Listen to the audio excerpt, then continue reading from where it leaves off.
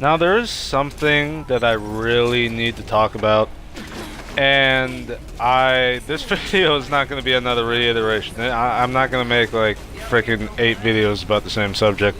The only reason why I made another video on the same subject is because I felt as though the original wasn't good enough. And also the reason why I'm actually going to keep it up is to kind of give me a reminder of how bad it was. You know, I never take down my videos, even if they do end up being bad. But anyway, aside from the whole debacle with Konami, oh gosh. So, I actually want to talk about frame rates in video games, and I know I'm gonna get a lot of hate for this. And well, you're supporting this game. It's a Konami game. You're supporting Konami if you do this. You're being hypocritical. Well, the thing is, the first thing I have to mention that I actually am very surprised about is that Kojima's name is still on this game, which is kind of interesting because I'm surprised they didn't wipe it yet.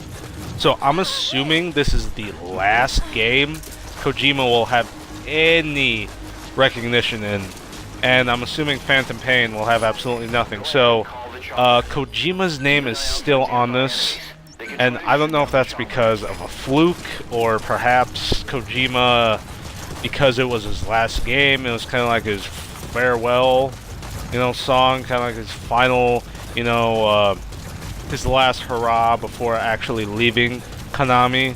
So I'm assuming I'm supporting Kojima in a way. I probably sound like an idiot saying that, but what I'm actually going to talk about right now is, like I said, frame rate. So this game runs at 60 FPS consistent and does not drop at all.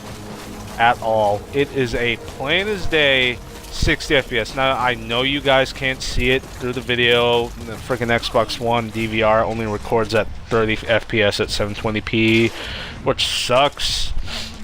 But it runs at it runs at 60 FPS. Full on 60 FPS, never drops. And it's the same on both the Xbox One and PS4. It does not drop at all. It is essentially a game that is, well, really well optimized for consoles. Now, I can't talk about the PC version.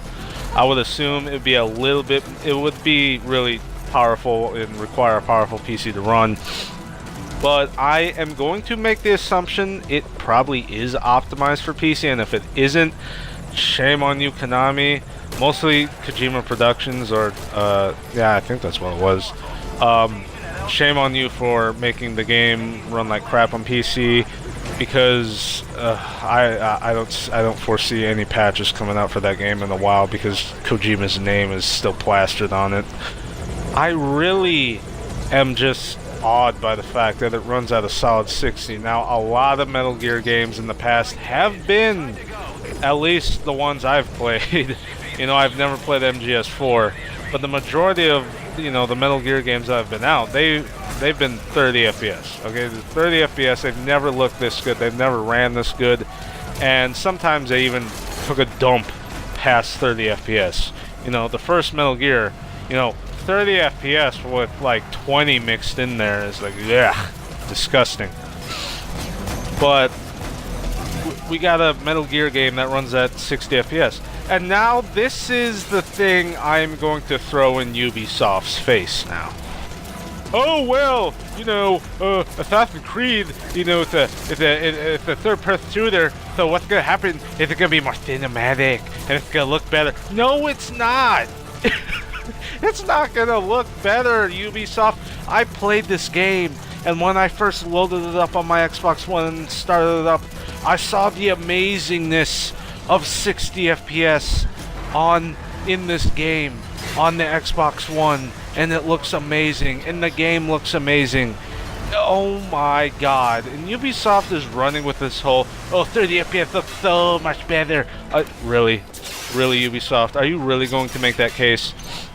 Because in my personal opinion, I actually think this game is amazing looking in 60. 30 FPS, I am sorry, is garbage.